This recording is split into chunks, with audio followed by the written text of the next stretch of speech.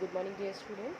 Today I am going to explain the third unit, that is uniform circular motion. Uniform circular motion, by the name as it is named as uniform circular motion. Uniform means same or constant. Circular means in a circle or in a circular path. When the body travels with equal speed in a circular path, then it is called uniform circular motion. In this condition, the speed of the body is uniform, but it is not having uniform velocity, because at every instant you will see that the velocity will be changing. At every instant, the velocity will be changing. So, when the body travels in a circular path with a uniform or the constant speed, then it is called the uniform circular motion. In uniform circular motion, the body keeps on changing its direction at every instant. Because of that, its speed is constant but the velocity is not constant. When the body travels in a circular path, then two forces act on it. First, toward its center, and the other is away from its center. The force which acts toward the center is called the centripetal force. The force that is necessary to keep an object moving in a curved path and that is directed towards inward the center of rotation is called the centripetal force. And centrifugal force, it is the apparent force which appears to act outside the center, is called centrifugal force. The example of centripetal force. You have seen that when you take a bucket full of water and when it rotates, then you see that the water does not come out from when it is rotated in a circular path, you will see that the water does not come out from the bucket. It is because that a force is acting toward its center which keeps the water in the bucket, that is centripetal force.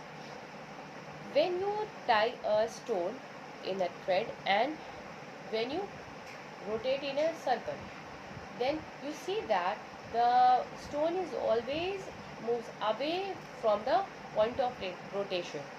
This is called the centrifugal force, which makes the string straight and keeps the object, that is stone, away from the center.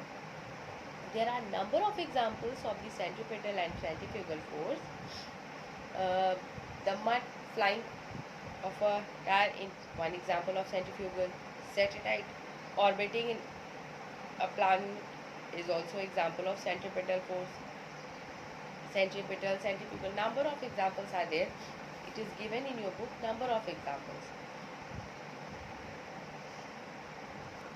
There are some more examples of centripetal force in our daily life. We can say, I have given the example that Earth revolves around the Sun, example of centripetal force. Spinning a ball on a string or pulling a lasso, or spinning a ball on a string, or spinning a stone tied with a string and spin it. It is also example of centripetal force.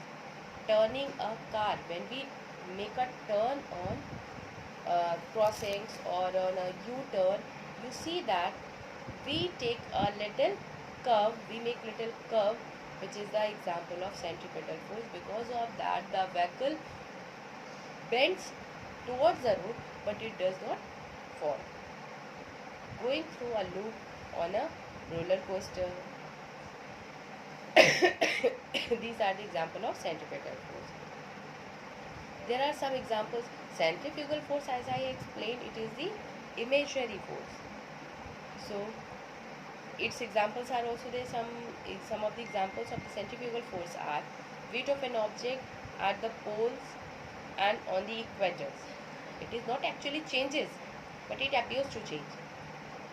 A bike making a turn, vehicle driving around a curve, equatorial railways. These are the examples of centrifugal force.